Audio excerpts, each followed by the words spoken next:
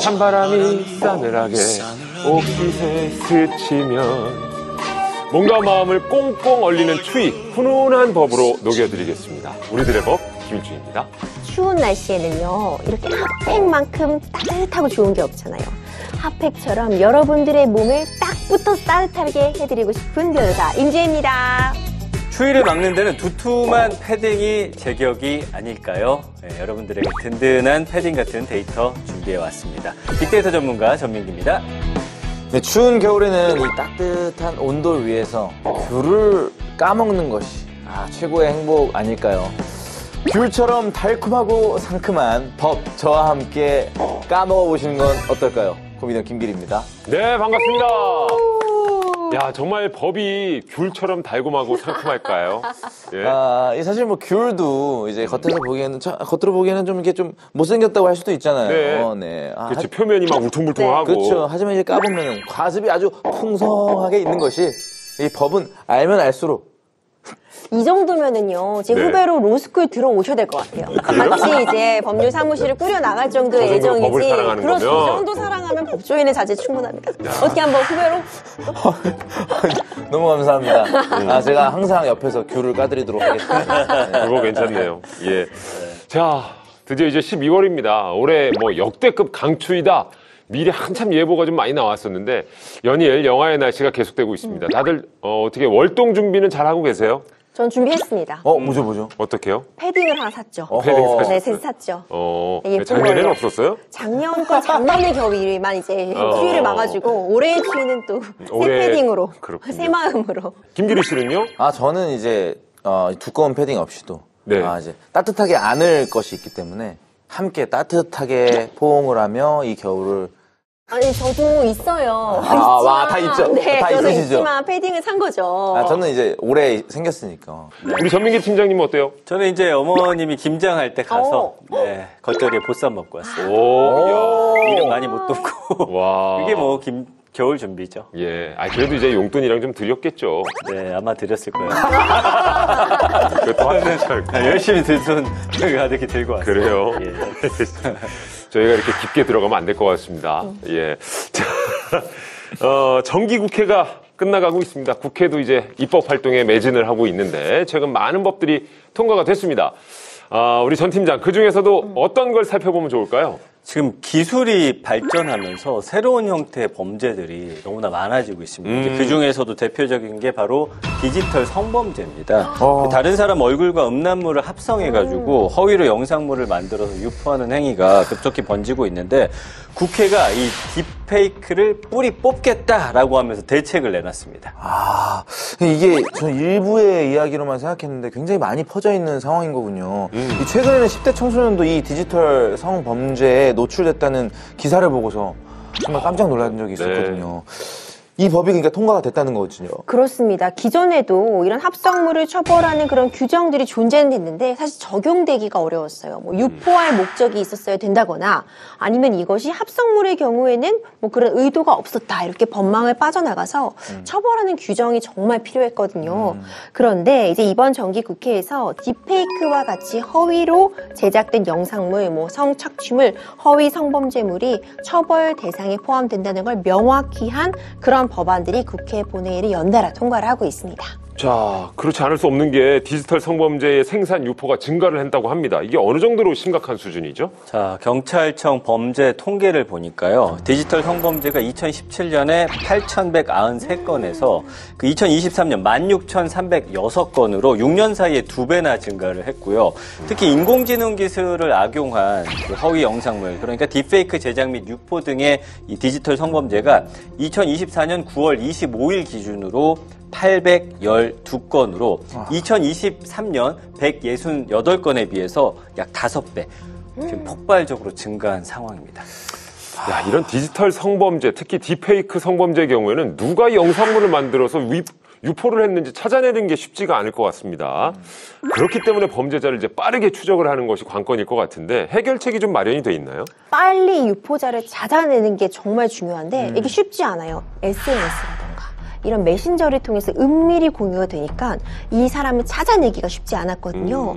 근데 그래서 과거에는 이제 아동에 대한 성범죄에 대해서만 이제 수사기관에서 위장 수사가 가능했습니다. 그러니까 잠입해서 내가 신분을 숨기고 수사를 하는 것이 아동에 대한 성범죄로만 한정이 돼 있던 것이 이제 디지털 성범죄에 대해서 긴급 수사가 필요한 경우에는 사전 승인 없이 긴급 신분 비공개 수사를 할 수 있도록 했고 뿐만 아니라 성인 대상 범죄로까지도 딥페이크 관련된 수사도 이렇게 위장 수사가 가능하도록 법이 개정이 됐습니다. 그렇군요. 이게 지금 이게 확실한 근절을 위해서라도 이 강력한 법적 처벌이 잇따라야 될 것 같은데 처벌 기준이 있나요?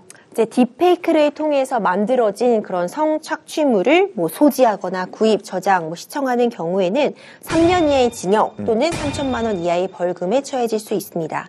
그리고 제작자, 이걸 만든 사람은요, 과거에는 뭔가 유포할 목적으로 제작을 해야지만 처벌이 됐는데 이제 유포할 목적이 없어도 만들기만 해도 처벌 대상이 되고요.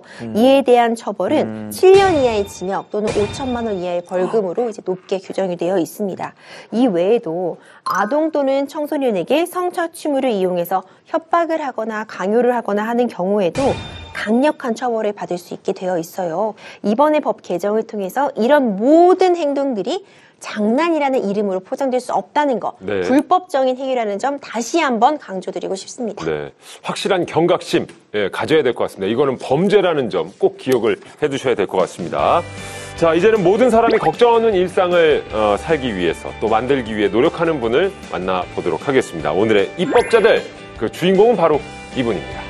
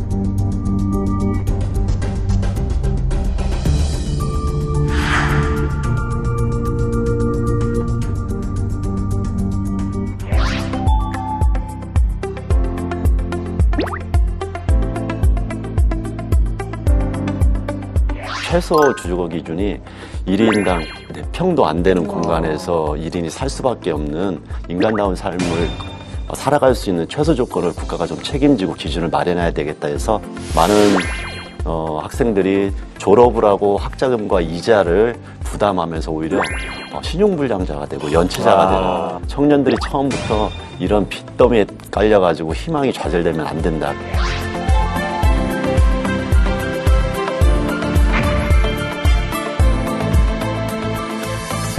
새로운 정치를 위해 내가 왔다. 진보의 희망. 사회민주당 한창민 의원 자리하셨습니다. 어서 오세요. 네, 안녕하세요. 사회민주당 한창민입니다. 네.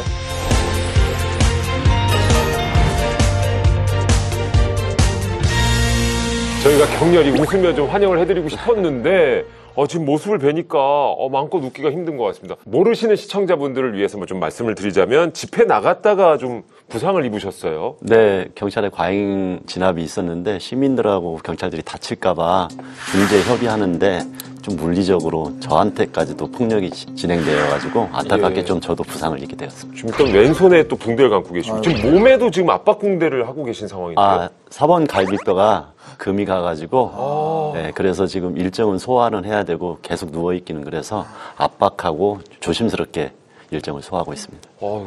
정말 어려운 걸음을 정말 해주셨네요. 아닙니다. 그래도 꼭 필요한 법안에 대해서 설명하는 자리이기 때문에 흔쾌한 마음으로 왔습니다. 그러셨군요. 빨리 완쾌되시길 저희 기원을 하고요. 네. 정말 올해 얼마 남지 않았는데 일정은 또 바쁘실 것 같아서 어떻습니까? 네, 제가 1인 의원이 있는 정당인 소수 정당이기 때문에 다른 의원님들보다 해야 될 일정들이 좀 많이 있습니다. 정치를 잘 모르는 저에게는 네네. 이 사회민주당이 굉장히 생소하거든요. 네네. 혹시 어떻게 탄생하게 된 정당인지 좀 소개해 주실 수 있나요? 원래 사회민주당은 북유럽의 복지국가들 있잖아요. 우리나라 국민들이 가장 선호하는 복지제도가 잘 돼 있는 스칸디나비아 반도를 중심으로 스웨덴, 핀란드, 덴마크 등등 노르웨이까지 거기는 사회민주당 결국은 민주주의라는 제도를 통해서 가장 공정하고 평등한 사회를 만들려는 꿈이 이루어진 곳이 그곳이고요. 거기에 주요 정당들이 사회민주당입니다.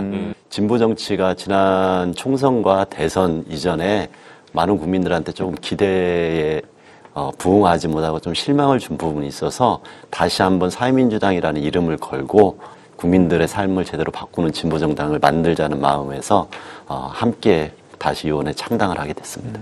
아, 그렇군요. 1인 정당입니다. 그렇죠? 네, 맞습니다. 예.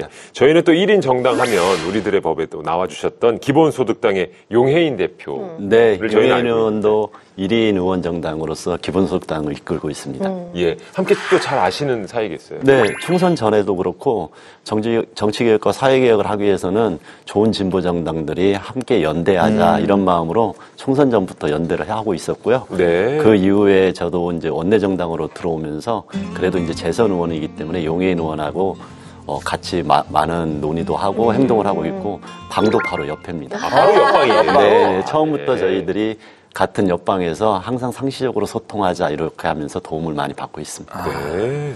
그 사회민주당 초기 슬로건이 있어요. 민주당보다 노무현답게, 그리고 정의당보다 노회찬답게. 이 두 분이 한창민 의원님을 사실은 어떻게 보면 정치로 이끈 분들이시거든요. 의원님 정치 인생이 좀 어떤 의미가 있는 분들인지 좀 소개를 해 주시죠. 네, 지금 전민기 님이 말씀해 주셨듯이 저희들의 초기 슬로건이 정의당보다 노회찬답게, 민주당보다 노무현답게 이렇게 해서 기존의 정당들이 항상 가장 존경받는 정치인들의 정신을 계승한다고 하면서도 현실에서는 그걸 제대로 실천하지 못하는 부분이 있습니다. 그래서 저희들은 두 분의 이름을 걸고 제대로 실천해서 국민들의 삶을 바꾸자 이런 의미에서 슬로건을 잡았고요. 네. 개인적으로는 노무현 대통령을 20여 년 전에 만나서 처음으로 정치가 어떠한 의미에서 한국 사회에 필요한지 그리고 정치를 하기 위해서는 이 냉엄한 현실을 어떻게 신뢰와 의지로 바꿔야 되는지를 가르쳐 주신 분이고 그 뜻을 저도 이어가야 되겠다는 마음이 있었고 또 진보정치 한복판에서 국민들의 사랑받고 신뢰받는 실천하기 위해서는 어떻게 해야 되는지를 또 노회찬 대표님과 함께하면서 많이 배웠습니다. 그래서 두 분이 지금 저희 곁에는 없지만 두 분이 멈춘 곳에서 새롭게 시작하고 두 분이 지향했던 가치를 현실에 구현하는 게 저의 정치적 소명이자 앞으로 정치인으로서 가야 될 길이다 이런 뜻으로 그렇게 해왔습니다. 네. 의원님께서 사실 사회나 지역, 정치 활동 경험이 굉장히 풍부하시다고 들었습니다. 어떤 역할들 쭉 해오셨는지 좀 소개 좀 부탁드릴게요, 의원님. 저는 원래 언론과 교육운동을 통해서 사회가 조금 더 나은 방향으로 바뀌면 좋겠다 이런 마음으로 교육운동과 언론운동을 하다가 이제 노무현 대통령을 만나게 된 거고요.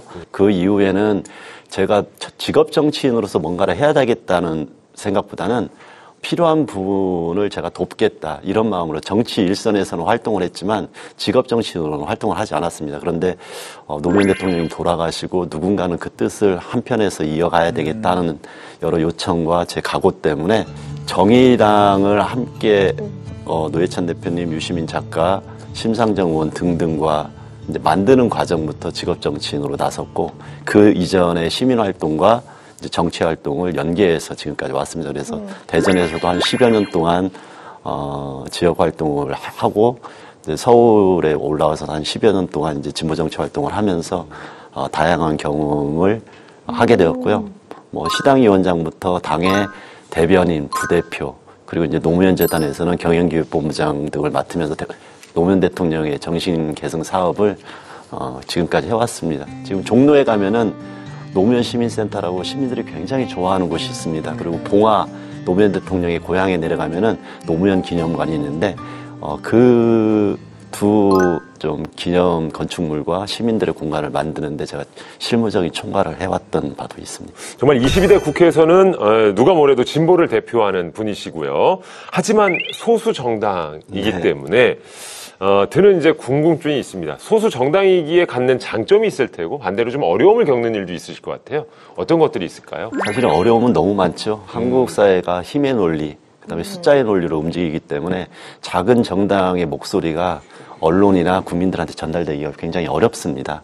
그렇지만 또 소수 정당이지만 원내의 1인 정당의 대표로서 활동을 하고 있기 때문에 가끔씩은 야당의 전체적인 협력이 있을 때는 또 당대표로서 제가 얘기할 수 있는 발언 기회는 한 명 한 명의 의원들보다는 조금 더 생기는 경우도 있습니다. 그게 유일한 장점이고요. 나머지 부분에서는 여러 가지 한국적 정치의 한계 때문에 어려움이 있는 건 사실입니다. 그래서 이 방송을 보거나 저는 다른 때 사회민주당인 한창민을 보게 되면은 정말 우리 서민들과 사회적 약자, 그다음에 노동자들을 위해서 더 많은 목소리가 마이크가 필요하다. 이렇게 마음을 가져주시고 좀 응원하고 함께 해주시면 좋겠다. 그러면 한국 사회가 훨씬 더 좋아질 수 있다. 이런 말씀을 꼭 드리고 싶습니다. 그야말로 작지만 강한 사회 민주당이고요. 네. 또 일당백 역할을 하고 계시는 한창민 의원입니다. 자, 우리 한창민 의원께서 입법 발의한 내용 어떤 것들이 있는지 저희가 차근차근 살펴볼 텐데요.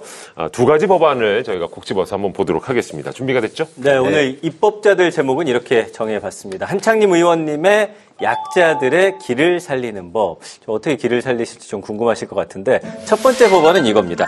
최소한의 생활 공간은 주셔야죠. 주거기본법 개정안입니다. 네, 그러니까 우리의 최저 주거 기준 문제에 출발한 법안인 것 같은데요. 취지를 좀 설명해 주시죠. 많은 분들이 가끔씩 방송을 통해서도 보겠지만 한국의 주거 상황은 굉장히 격차가 큽니다. 네. 그래서 강남에 수십억짜리 아파트가 즐비하다고 이야기하지만 아직도 옥탑방이나 고시원 그리고 지하에 아주 작은 한 평, 두 평 남짓의 공간에서 살아가는 우리 시민들과 사회적 약자들이 너무 많습니다. 그런데도 불구하고 한국 사회는 여전히 말만 무성하고 그들에게 최소한의 삶의 공간을 주어지지 않고 있습니다. 그리고 법적으로도 주거기본법이 기본적으로 나와 있지만 그 요건이 너무 열악합니다. 그래서 최소한의 주거권으로 삶의 안정과 건강 그리고 인간다운 삶을 살아갈 수 있는 최소 조건을 국가가 좀 책임지고 기준을 마련해야 되겠다 해서 이 법안을 내게 됐습니다. 굉장히 좀 협소한 공간에서 지내는 분들이 굉장히 많다고 네네. 들었습니다만 어때요? 우리 기리씨는 결혼 전이나 네. 좀 젊었을 때 이렇게 좀 협소한 곳에서 혼자 자취한 경험이 있으세요? 저는 개그맨 지망생 시절에 아주 조그만한 고시원에서 네. 같이 개그 파트너와 함께 그곳에서 이제 합숙을 하면서 살았던 적이 심지어 함께? 네, 진짜 조그만한데 어떻게 살았는지 모르겠어요. 근데 사실 저 같은 경우는 꿈을 이루기 위해서 이렇게 같이 그냥 합숙을 한 의미가 큰 건데 지금 말씀하셨던 분들은 사실은 그냥 어쩔 수 없이 그곳에서 살아가시는 분들이신 거잖아요. 네. 그러네요. 그런 분들이 많으시다는 거죠. 맞습니다. 항상 그런 얘기를 하는데요. 한국 사회가 이상하게 거리에 장애인들이 안 보이는 사회예요. 그래서 우리나라에 장애인들이 별로 없는 줄 알고 있는데요. 그것은 장애인들이 활동할 수 있는 공간이 없기 때문에 다 폐쇄된 공간에서 가족 돌봄으로 다 맡겨져 있기 때문에 그렇듯이 여기도 한국 사회에 굉장히 열악한 주거의 환경에 있는 사람들도 그분들이 이 사회 구성원으로서 활동할 수 있는 이런 부분들이 제대로 보여지지 않고 있어서 잘 모르는 경우가 있고 가끔씩 지하에 지난번에 홍수 때문에 누군가가 죽었다. 예. 이런 안타까운 사연들이 들려질 때, 우리 곁에 이런 사람들이 있구나. 이 정도를 인식하는 수준이라 조금 더 책임 있는 정치와 국가의 역할이 필요하다고 생각을 합니다. 사실 2015년도에 주거기준법이 제정이 되면서 주거권이라는 것이 명시가 되었고 네. 복지 로드맵도 법제화가 되었는데 여전히 그 최저 주거 기준은 달라지지 않았다고 말씀해 주시고 있어요. 그 이유는 뭘까요, 의원님? 어떤 정책의 우선순위에 항상 뒤로 밀리는 거죠. 어떤 정책이 펼쳐지기 위해서는 재정 소요도 필요하고 사회적으로 감당할 수 있는 부분에 대한 노력도 필요한데 정치권에서 이 부분에 대한 문제의식을 가지고 있지만 여전히 우선순위에서 밀리고 있는 상황입니다. 자, 그렇다면 이 문제를 어떻게 해결할 수 있을까요? 법안 내용을 좀 소개해 주시죠. 주거기본법에서 나오는 것이 지금 최소 주거 기준이 1인당 14제곱미터. 그러니까 4평도 안 되는 공간에서 1인이 살 수밖에 없는 그런 기준을 마련해서 모든 건축과 리모델링 상황에서 그 기준에 맞춰서 이 이익을 최대한 남기기 위해서 협소하게 짓고 있습니다. 그래서 이 기준을 더 확대해야 되겠다. 그렇게 생각해서 최소한 1인은 30평방미터 정도가 있어야 된다. 그리고 2인, 3인, 4인, 5인, 6인 가족들이 늘어날 때 거기에 맞게 40, 50, 60 그리고 다 가구가 함께 살 수밖에 없는 환경이나 노인들이 있는 환경이나 이럴 때는 거기에 걸맞게 좀 평수를 더 섬세하게 챙기도록 이렇게 법안을 구성해 놨습니다. 자, 해외로 한번 눈을 돌려볼까요? 어떻습니까, 전 팀장? 세계적으로 우리나라의 최저 주거 기준, 이게 가장 작은 겁니까? 맞습니다. 우리나라 최저 주거 기준을 보니까 선진국들하고 비교해보면 그 차이가 확연히 느껴지는데 아까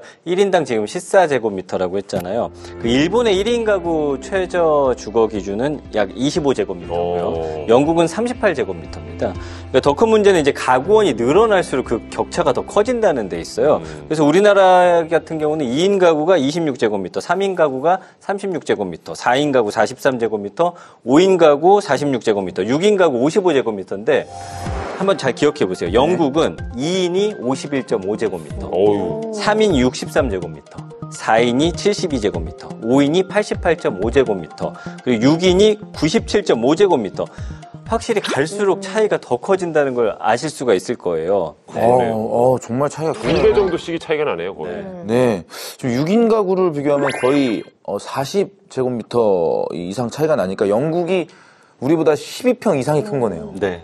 영국의 경우도 그렇습니다. 전 일본도 놀랐습니다. 일본은 워낙에 작은 집이 많기로 또 유명하기도 했는데도 우리보다 기준은 높아요. 자, 확실히 기준이 다른 나라가 더 높네요. 네. 우리나라가 적습니다. 그러니까 주거에 대한 개념이 단순하게 몸을 누이는 공간이라는 것을 벗어나서 선진국들은 생활의 공간이다. 삶의 공간이라는 그런 기본이 깔려 있기 때문에 아무리 작은 주택들이 많다 하더라도 최소 조건은 인간다운 생활을 할 수 있는 최소 조건을 잡아놓은 겁니다. 근데 우리나라 같은 경우는 그런 어떤 가치 지향이 좀 많이 없는 거죠. 그래서 이번 법안에는 그런 것들을 충분히 담으려고 생각하고 부족하지만 첫 출발점으로 삼고자 했습니다. 네. 그렇죠. 말씀 주신 것처럼 이 주거라는 것이 생활의 공간이기도 하고 어찌 보자면 가장 안전해야 되는 공간이잖아요. 맞습니다. 그 안전을 위해서도 이 주거 공간에 대한 기준이 좀 더 상향돼야 된다 이렇게 의원님 말씀하고 계신 것 같은데 그럼 의원님이 생각하시기에 이 최저 주거 조건 어느 정도는 우리나라에서도 충족돼야 된다고 보세요? 지금 제가 법안을 낸 것은 1인 기준으로 30제곱, 그 다음에 2인 기준, 3인 기준으로 올라갈 때마다 10제곱미터를 늘리는 방식인데 이걸로도 충분하지는 않습니다. 그렇지만 이 기준을 삼은 것은 처음부터 모든 것을 충족할 수는 없지만 이게 첫 출발점으로 한국 사회의 주거 문화가 바뀌어야 된다 이렇게 생각을 해서 최저 기준선으로 잡은 거고요. 거기에다가 다른 사회 활동을 할 수 있는 사회 공간의 첫 출발점이기 때문에 그런 기준을 맞추기 위해서 이 정도의 공간은 필요하다 해서 설계를 했습니다. 확실히 이 법안이 통과된다면 무엇보다도 이제 저소득층 가정에 확실히 도움이 좀 될 것 같습니다만은 어떤 변화를 저희가 기대할 수 있을까요?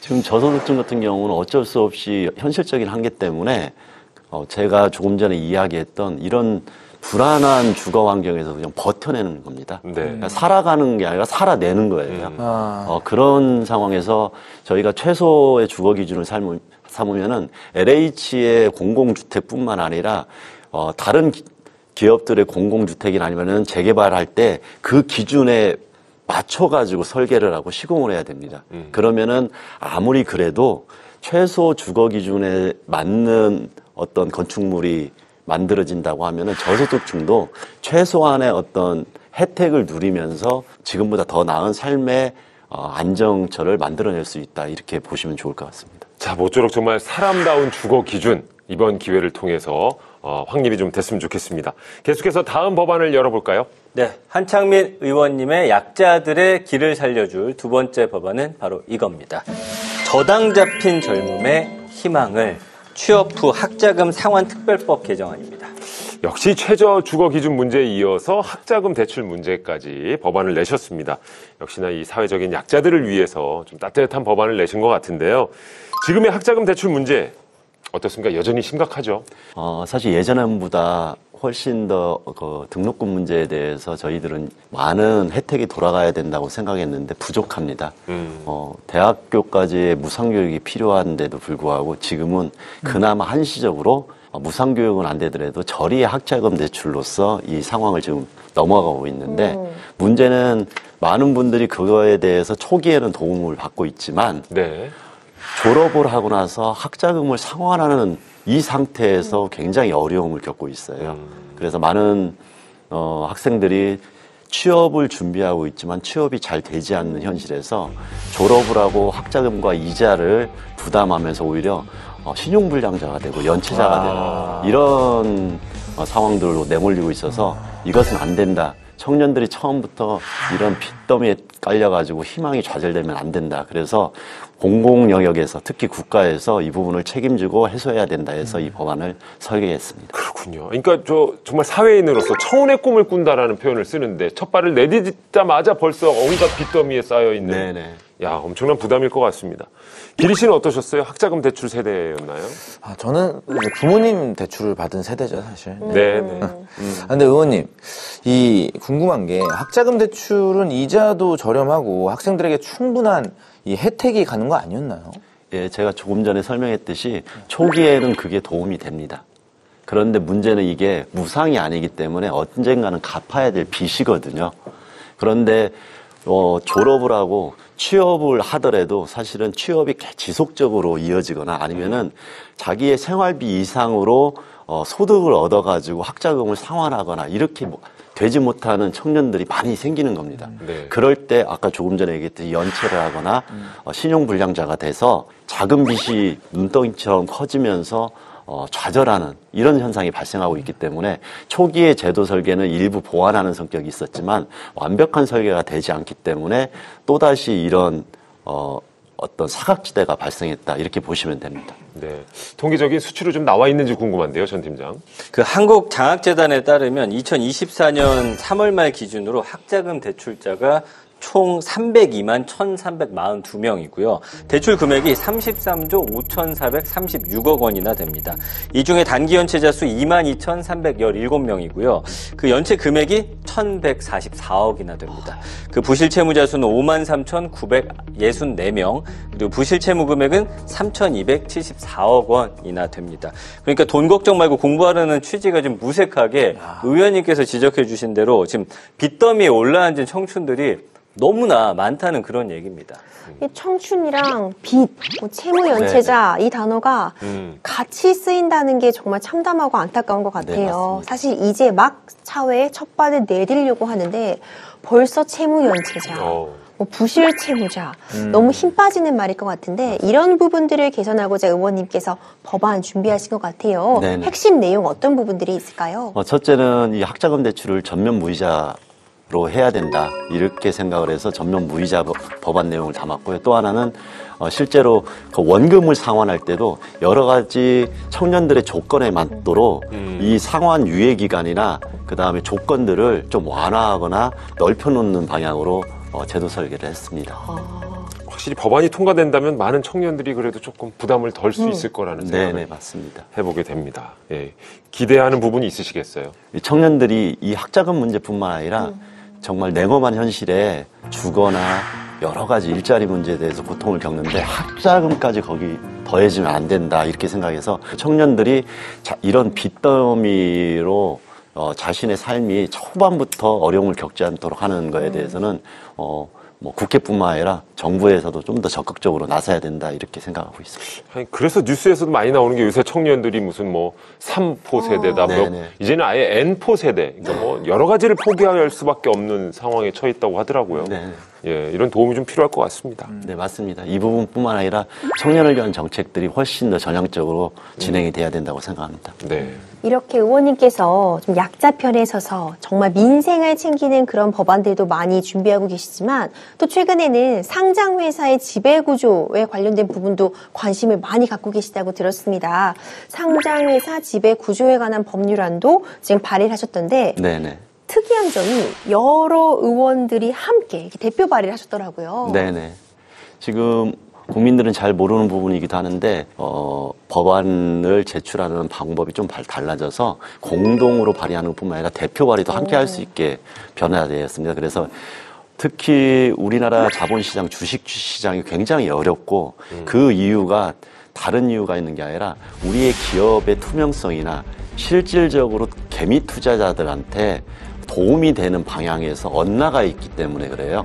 그래서 자본시장의 선진화를 위해서는 기업의 지배구조가 변화가 돼야 되는데 여전히 기업의 힘이 크기 때문에 변화가 안 돼서 이번에는 각 당의 의원들이 다양한 경험을 통해 가지고 조금 더 좋은 기업의 구조를 만들어내고 그것이 한국의 경제 발전과 거기에 투자하는 우리 개미 투자자들의 이익까지도 보호될 수 있도록 상장해서 지배구조에 대한 법안을 공동으로 대표 발의하게 된 것입니다. 사회민주당 또 대표시기도 하니까. 네네. 예. 주식을 하는 입장에서 이런 질문을 드려도 되나 싶었는데 이렇게 또 개미들을 위한 법안도 그러니까 함께 공동 발의를 해주시는 거네요. 네네. 지금 우리 주식 투자 시장에서 가장 어려운 것이 해외에서도 마찬가지고 한국 주식 시장의 불투명성과 불안정성입니다. 요즘에 장이 예. 너무 안 좋아요. 예. 국장이. 예. 네. 거기다가 뭔가 이렇게 건실한 기업에 장기 투자를 하고 싶어도 네. 네. 투자가 되면은 기업 입장에서 자기들의 지배권을 그대로 보호받기 위해서 인적 분할, 물적 분할하면서 좋은 부분들은 기업의 이익으로 가져가고 배당 같은 경우에는 굉장히 열악합니다. 예. 그래서 우리 주식시장에 있는 개미 투자는 단타만을 노릴 수밖에 없어요. 해외에서는 그런 식이 아니라 정말 전망 있는 기업에 장기적인 투자도 하게 만들고 거기에 대한 이익들이 투자 배당으로 다 오게 돼 있고 그러면은 훨씬 더 투자 수익이 건전하게 오랫동안 지속될 수 있는데 한국은 그런 주식시장이 아니기 때문에 주가 조작이 난무하고 힘 있는 사람들의 주가 조작이 제대로 처벌되지 않고 실제로 거대 자본에 의해 가지고 개미 투자자들이 손실을 보는 경우가 너무 많기 때문에 그걸 보호하기 위한 법안이라고 보시면 됩니다. 정말 우리 개개인들, 그러니까 이 개미 투자자들을 또 보호하는 그런 약자들의 길을 살려줄 법안을 또 마련하고 계시는군요. 확실히 힘이 될 것 같습니다. 자, 오늘 어떠셨는지 모르겠어요. 우리 세 분은 확실히 한창민 의원님이 다방면으로 촉을 세우고 계시는 의원님이신 것 같은데. 네, 이거 말씀도 참 집중력 있게 사람을 잘 끌어들이게 잘 해주시는 것 같고, 그리고 그런 능력도 능력이지만 사실 지금 정말 온몸 다 바쳐서. 그러니까요. 부상투혼이세요, 지금. 네. 예.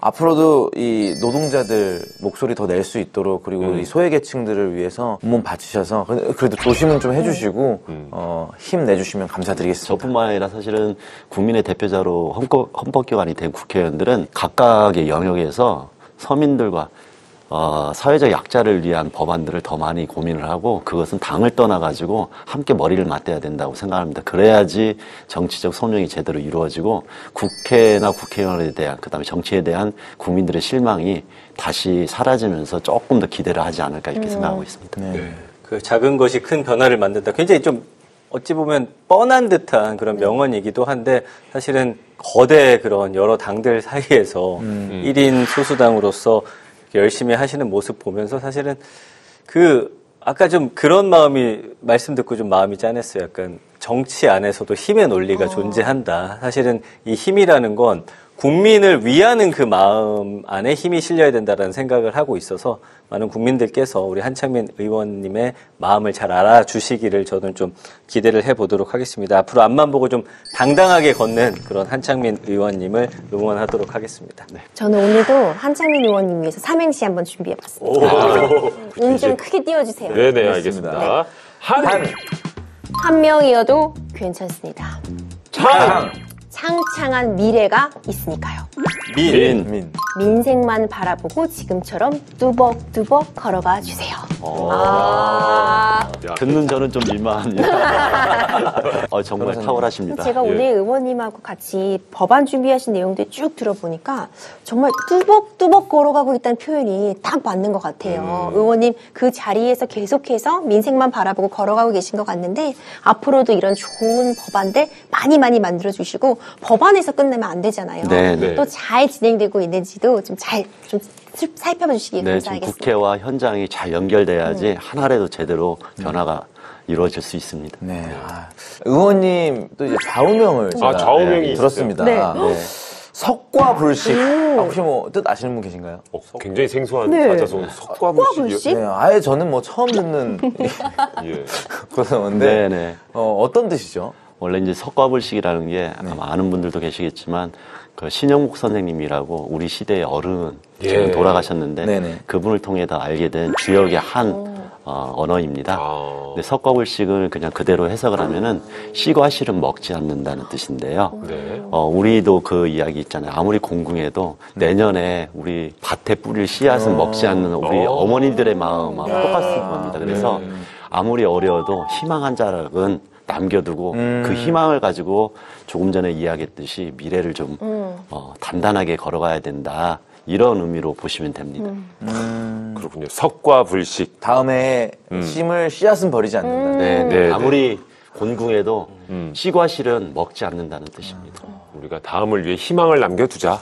예, 그런 의미로 받아들이고요. 이제 2024년이 얼마 남지 않았는데요. 시청자분들께 22대 국회의 포부와 더불어서 송년 인사도 건네주시죠. 사실은 이렇게 어려운 경제 상황에서 이렇게 송년 인사를 드리는 게 좀 정치인으로서 부끄럽기도 합니다. 그렇지만 저희 국민들은 항상 어려움 가운데서도 주변에 많은 사람들의 따뜻한 온기를 모아가면서 어려움을 극복해왔습니다. 그런 국민들이기 때문에 지금의 상황을 돌파하면서 다시 한번 대한민국이 조금 더 자랑스러운 선진국이 되기 위해서 힘을 모아주시면 좋겠다 이 말씀을 드리고요. 그러기 위해서는 주변에서 어려운 분들을 한 번 더 살피면서 서로에게 위안이 되는 그런 겨울을 나기를 당부드립니다. 네, 정말 평화로운 세상 꼭 만들어주시길 당부드리고요. 보통 왜 온몸 바쳐서 뭐 의정활동 또 입법활동 열심히 하겠습니다 합니다만 실제로 몸을 다치는 일이 벌어지는 건 안 되는 거겠죠. 그렇죠? 그러군요. 예. 어떤 상황에서도 폭력은 네. 정당화될 수 없습니다. 맞습니다. 꼭 완쾌하시길 바라고요. 네. 예, 앞으로의 길도 저희가 응원하도록 하겠습니다. 지금까지 사회민주당의 한창민 의원이었습니다. 정말 고맙습니다. 네, 고맙습니다.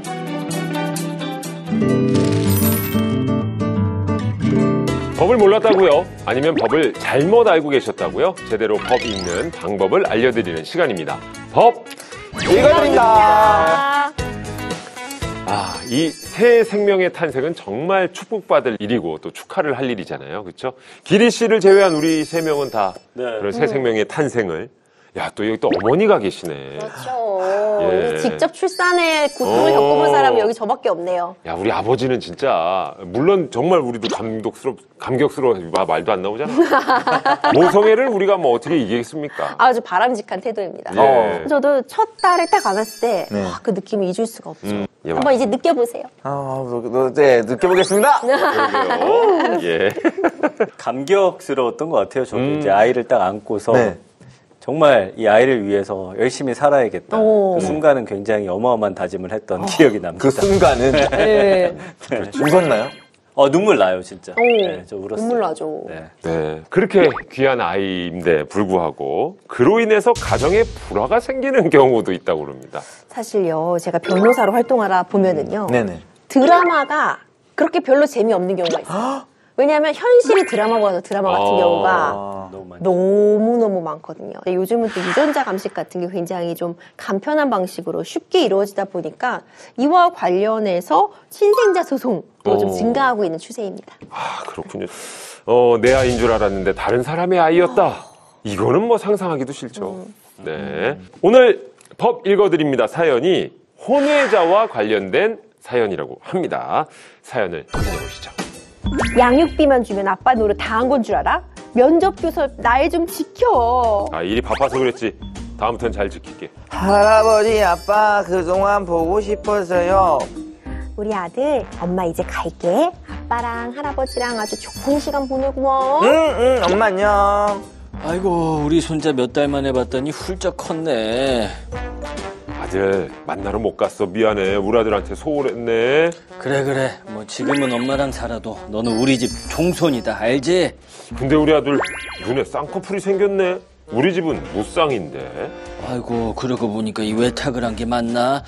첫째는 아빠 닮는다던데 그 닮은 구석이... 아빠! 그럼 내가 아빠 아들이 아니야? 아이, 아버지는 무슨 그런 말씀을 하세요, 애한테. 아니 근데 봐라, 우리 집은 전부 A형이고 네 전처도 A형인데 아이는 O형이고. 엄마가 그랬어. 난 아빠랑 발가락만 닮았다고. 아니 그 혈액형이 다른 게 좀 그 혹시 네 전처가... 아니, 아버지, 애 들어요. 아이고 혹시 모르니까 그 유전자 검사를 한번 해보는 건 어떠냐? 아버지도 참... 근데 정말 닮은 게 그렇게 없어요? 아유, 그 오늘이 유전자 검사 결과 나오는 날이지. 아우, 정말 제 아들이 아니면 어떡하죠? 아유, 나도 우리 손자가 정말 자랑스럽지만 그 우리 집안 닮은 데가 어느 한 구석도 없으니. DNA 검사 결과 부자 관계가 성립되지 않습니다. 아, 이게 무슨 말이냐? 네 아들이 아니란 말이야. 이거 당장 호적에서 빼라. 아버지도 키운 적이 있는데 제가 아들 없으면 못 살아요, 이제. 안 된다, 안 돼. 그 당장 애 엄마한테 전화해. 띠리리링. 왜? 또 무슨 일이야? 우리 아들, 내 아들이 아니야? 아니, 그게 무슨 말이야? 날 닮은 구석이 없어서 DNA 검사를 했는데 결과가 나왔어. 이게 그러니까 내가 진짜 잠깐 한 번 실수로 다른 사람을 만났는데. 그게 무슨 소리야? 바람을 피웠단 말이야? 변호사 찾아갈 테니까 준비해. 알았어? 어떡해요. 이건 진짜 뭐 사랑과 전쟁 뭐 이런 드라마에 나왔던 스토리인 것 같은데 이게 왜 말이죠. 엄마는 아이 아빠가 누군지 알았는지 그것도 좀 궁금하기도 하고. 알았을 것 같은데 왠지 키우면서. 그리고 좀 애매한 게 이게 지금 결혼 중에 다른 사람의 애를 낳았다면은 이게 외도로 되는 거지. 그러니까요. 근데 또 이미 이혼한 상황이란 말이죠. 네. 네. 자, 10년 넘게 내 아이인 줄 알았는데 알고 보니 다른 사람의 아이였다. 실제 사연인가요? 맞습니다. 실제 있었던 일입니다. 그 남성 A씨하고 여성 B씨가 결혼해서 2000년대 후반에 아이를 낳았습니다. 근데 이제 그런데 몇 년 후에 부부가 협의 이혼을 했고요. 자녀의 양육권은 아내 B씨가 가져갔는데요. A씨는 이혼 후에도 이제 아이를 만나왔는데 아이가 이제 10대가 된 후에 자신과 아주 여러 면에서 좀 닮지 않았다라는 생각에 유전자 검사를 진행을 했고 친자 관계가 성립되지 않는다 이런 결과를 받아들게 된 겁니다. 너무나 큰 충격과 분노가 올라왔을 것 같은데 이 재판까지 가게 된 거죠? 맞습니다. 이 A씨가 법원에다가 이 친생자 부인 소송과 B씨를 상대로 손해배상 청구 소송도 했는데요. 그 A씨가 소장에서 B씨가 혼일 생활 중에 다른 사람과의 사이에서 출산한 C가 그 본인의 친자가 아니란 걸 알면서 자신을 속였다라고 주장을 했고요. 위자료 1억 원과 그 C 양육에 사용한 비용 등을 포함한 재산상 손해배상액 1,000만 원을 청구를 했습니다. 친생자 부인 소송을 걸었다. 이 말인즉슨 친생자가 아니라는 걸 확인해달라는 건가요? 그렇죠. 우리 사안을 보면은 이미 이혼을 했잖아요. 그러면 부부로서 남편과 아내 관계는 이미 끝난 상황입니다. 하지만 그럼에도 불구하고 아이는 문제가 달라요. 여전히 이 아이의 엄마로서 아빠로서의 역할은 법적으로 그대로 부담을 하고 있거든요. 그랬기 때문에 이번 사안 같은 경우에도 친생자가 아니라는 거를 확인해달라는 소송을 제기해야 되는 겁니다. 네. 그래서 이걸 친생 부인의 소, 친생자 관계 부존재 확인의 소라는 표현을 하는데 결국 이제 핵심은 내 아이가 아니라는 걸 법원을 통해 확인을 받고 이 확인이 있어야지 가족관계 등록부에 이제 부자 관계가 사라지게 되는 거죠. 야, 이 재판이 쉽지 않았을 것 같은데 결과가 어떻게 됐나요? 법원은 A씨의 손을 들어줬습니다. 친생 부인의 소에서 승소를 하게 됐고 이제 유전자 감식을 통하면 친생자 관계는 이제 확인이 가능하니까요. 정신적 피해에 대한 위자료로 5천만 원, 그리고 재산상 손해 청구액 1,000만 원 등 손해배상액을 6천만 원으로 책정을 했습니다. 네. 뭐 이런 이야기들 드라마 속에 많이 나오잖아요. 근데 그 결혼 전에 만약에 임신을 했는데 그 사실 속이고 결혼했을 경우에 이거는 혼인 취소 사유에 좀 해당이 되나요? 그렇죠. 만약 처음부터 아내가 다른 사람의 아이를 임신했는데 이걸 속이고 내 아이인 것처럼 하고 결혼을 했다고 한다면은 사실 혼인 취소 사유, 그러니까 사기에 의한 혼인으로 취소 사유에 해당할 수는 있어 보여요. 하지만 아내에 속아서 이렇게 사기 결혼에 이른 남편은 혼인 취소를 하려면 기한이 있습니다. 사기를 안 날로부터 3개월이 지나버리면 혼인 취소 소송은 제기할 수 없어서 이때는 또 이혼 소송을 청구해야 되거든요. 이혼 사유가 되면 분명하지만 또 이혼과 혼인 취소는 좀 그 결을 달리하기 때문에 혼인을 아예 취소하고 싶다면 3개월 내에 취소 소송을 제기하셔야 합니다. 네, 그러니까 뭐 혼인을 취소하거나 뭐 이혼하는 경우 가장 이제 중요한 건 아이잖아요. 아이는 어떻게 됩니까? 이 아이가 굉장히 좀 중요한데 네. 민법상으로 정해져 있는 부분이 아내가 혼인 중에 임신한 자녀, 그러니까 혼인 기간 중에 임신한 자녀나 혼인이 성립한 날로부터 아직 10달이 되지 않았지만 200일 후에 출생한 자녀, 그리고 혼인 관계가 종료를 했지만 종료한 시점부터 300일 이내에 출생한 자녀는 혼인 중에 임신한 자녀로 추정을 합니다. 그래서 사연자가 만약 혼인한 이후에 200일 이후에 자녀가 태어났다면 이 자녀는 지금 사연자의 딸로 추정을 받을 수밖에 없고 혼인을 취소하거나 아니면 이혼에 이르더라도 계속해서 이 사연자의 딸로 남게 됩니다.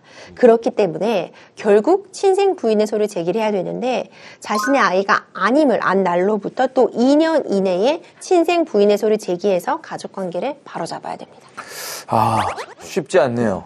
예, 쉽지가 않은데. 네.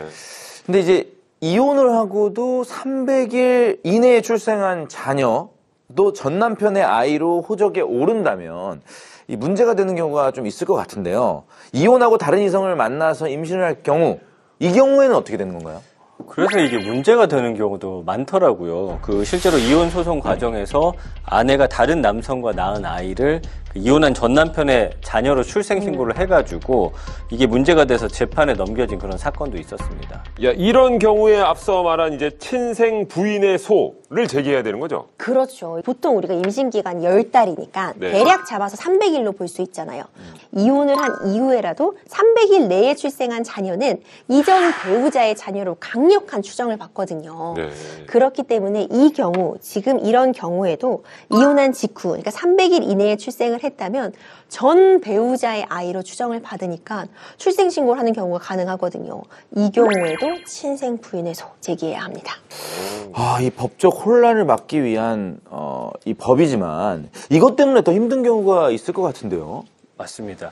실제로 이혼 절차를 밟고 있던 한 부부가 그 아내가 이 남편이 아닌 타인의 아이를 낳다가 안타깝게 사망하는 사건이 발생을 했어요. 유전자 검사를 통해서 이 남편의 아이가 아니라는 사실이 판명됐음에도 불구하고 현행법에 따라서 아이는 남편의 자녀로 추정이 돼서 이 남편의 출생 의무를 이 남편이 지게 된 겁니다. 이런 경우는 이제 생부가 자녀의 출생 신고를 하고자 하더라도 신고가 수리가 안 되고요.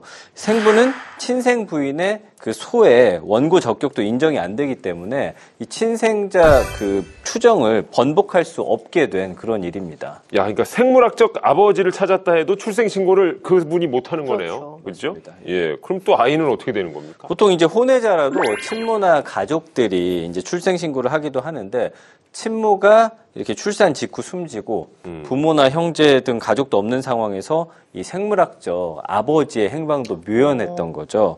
그래서 그러니까 이제 아이를 맡고 있던 산부인과가 지난해 12월에 그 아버지가 데리고 가지 않는다면서 숨진 친모하고 그 법률상 혼인 관계였던 A 씨를 경찰에다 신고를 했고요. 이 A 씨가 그동안 친자식이 아니라는 이유로 출생 신고를 이제 거부해 왔었잖아요. 네. 그 A 씨는 친모의 가출 신고 이력과 이혼, 그리고 결정, 의료 진료 기록, 아이와 친자 불일치 유전 검사 결과 등을 이유로 해서 지난 3월에 이 친생자 부인 소송을 제기를 했습니다. 그 법원이 손을 들어주면서 청주시는 이 아이의 이름을 짓고 출생 신고를 통해서 법적 지원을 갖춰가지고 아이에게 양육시설이나 위탁가정 등의 도움을 받게 해줬다고 합니다. 그런데 이 친부가 확인이 되면 이 친부가 출생 신고를 하게 되면 좋을 것 같은데 이런 건 좀 보완이 필요하지 않나요? 좀 어려운 문제가 있어요. 왜 더글로리에서 보면은요. 네. 박연진과 전재준의 아이가 예솔이었어요. 그렇죠. 하지만 그 당시에 박연진이 출산했을 때 남편은 하도영이었습니다. 나이스한 그분. 그렇죠. 그렇기 때문에 예솔이는 하도영 씨의 딸로 법적으로는 추정을 받기 때문에 네. 아무리 전재준 씨가 내 딸이라고 주장을 하려고 해도 하도영 씨가 친생 부인의 소를 하지 않는 한 어려움이 있는 상황이었던 거죠. 이런 부분이 사실 어찌 보자면은 법적으로 굉장히 여러 가지 생각을 하게 하는데 과연 친생부가 등장했을 때 이 아이에게 더 혼란을 가중시키는 게 맞는 건지 하지만 이런 친생 추정 규정이 들어왔던 건 과거에는 이 아이가 유전자 검사 같은 걸 하는 게 과학 기술로도 그렇게 발전이 되어 있지 않을 때니까 이런 부분을 좀 불가피한 측면이 있어서 친생 추정을 했던 건데 요즘은 사실 머리카락, 뭐 칫솔 이런 거 가지고 결과도 금방 나오거든요. 네. 좀 법의 보완이 필요한 것이 아니냐는 움직임도 있긴 합니다. 야, 이게 드라마에 빗대서 또 설명을 해주니까 이해는 쉽습니다만 참 상황은 정말 쉽지 않네요. 자, 오늘의 한 줄평 역시 쉽지 않을 것 같습니다. 김기리의 한 줄평 들어보겠습니다. 저는 아이가 없지만 그래도 한 말씀 담대하게 올려보겠습니다. 나를 위한 결정이 아니라 내 아이를 위한 결정을 해주세요. 알겠습니다. 저한테 이런 사안은 저한테 안 맡기시면 안 되겠습니까?